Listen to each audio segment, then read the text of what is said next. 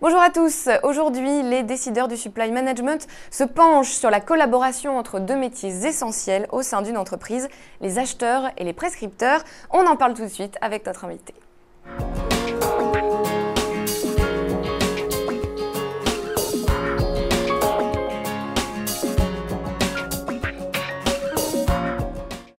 Pour parler de ce sujet, j'ai le plaisir de recevoir Bruno Cressant, le directeur des achats du groupe EDF. Bonjour Monsieur Cressant.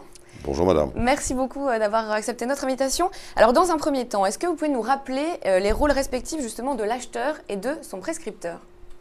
Bien écoutez, oui, ils sont bien délimités. Donc l'acheteur, lui, est chargé d'assurer la négociation du contrat avec le fournisseur, mais en tenant compte expressément des desiderata du client interne, donc du prescripteur.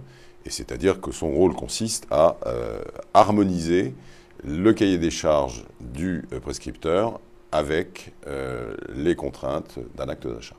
Alors pourquoi est-ce que c'est si important justement que les acheteurs et les prescripteurs travaillent ensemble ?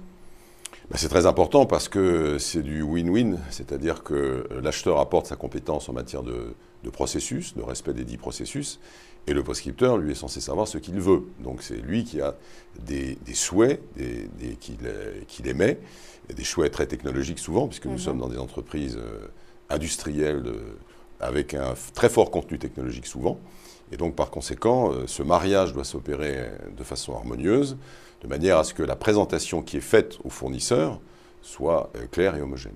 Alors quels sont les enjeux pour un groupe comme EDF et quels sont les enjeux justement pour la fonction achat d'une bonne collaboration ?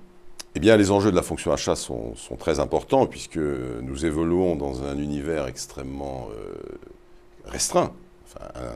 C'est-à-dire que les contraintes administratives, juridiques, à la fois françaises, à la fois européennes, donc, sont pour nous un cadre dans lequel nous travaillons. Nous devons donc également nous occuper du bon équilibre, du bon choix entre des fournisseurs de grande taille internationaux et des fournisseurs français, des PME françaises. Donc nous avons un rôle important à jouer dans ce domaine et des responsabilités également. Donc par conséquent, nous sommes garants de la bonne utilisation des contrats et donc nous sommes là pour assurer le lien entre les fournisseurs et nos prescripteurs, nos clients internes. Quels peuvent être les obstacles justement à cette collaboration entre acheteurs et prescripteurs ? Les obstacles sont souvent un peu d'ordre psychologique, on va dire. Le prescripteur a l'habitude de travailler avec tel ou tel fournisseur, il a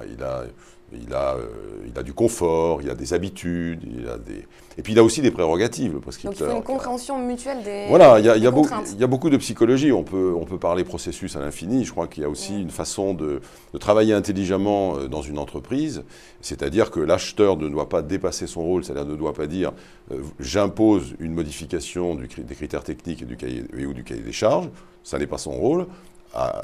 De l'autre côté, le prescripteur ne doit pas dire je vais demander une modification de l'acte d'achat pour aller dans telle ou telle direction. Donc c'est un bon équilibre, c'est une action de bonne intelligence et de logique. Il faut qu'ils travaillent ensemble tous les deux dès le départ du projet ? Ah oui, absolument. Non, ça, je suis un farouche partisan et comme d'ailleurs l'ensemble de mes confrères, sur l'implication le plus en amont possible d'une direction des achats, enfin des acheteurs, non pas pour avoir, je dirais, des précarés supplémentaires ou des prérogatives supplémentaires, mais surtout pour assurer une bonne efficacité, une bonne compréhension de ce que veut le prescripteur, de ce que veut également la tête de groupe. Car la tête de groupe, elle gère les budgets, les CAPEX, les OPEX, et elle a également son mot à dire.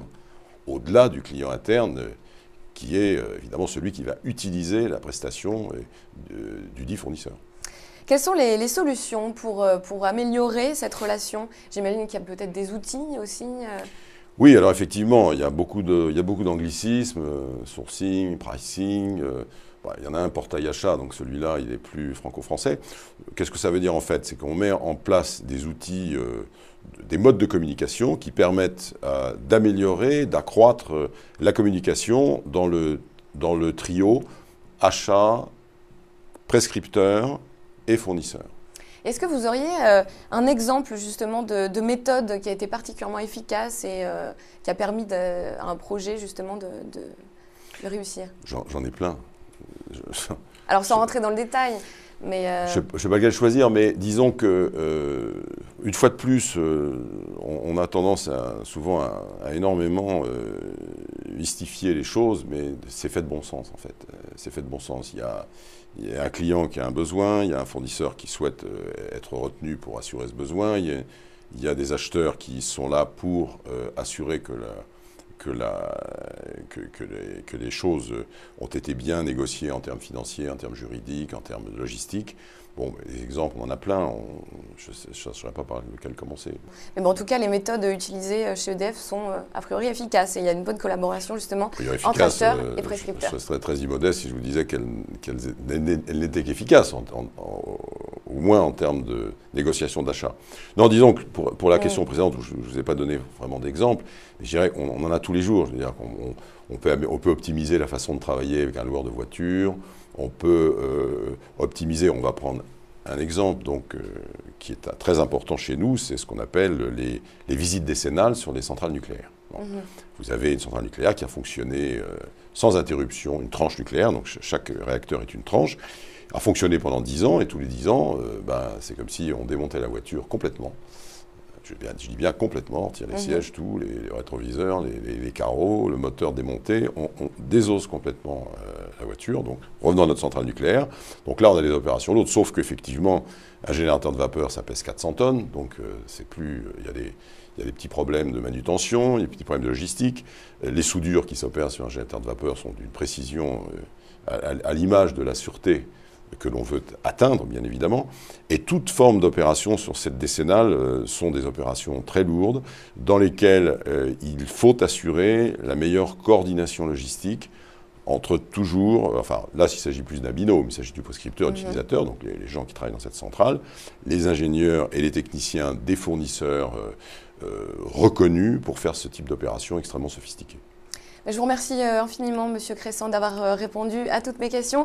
Quant à moi, je vous retrouve très vite pour un prochain numéro des décideurs du Supply Management.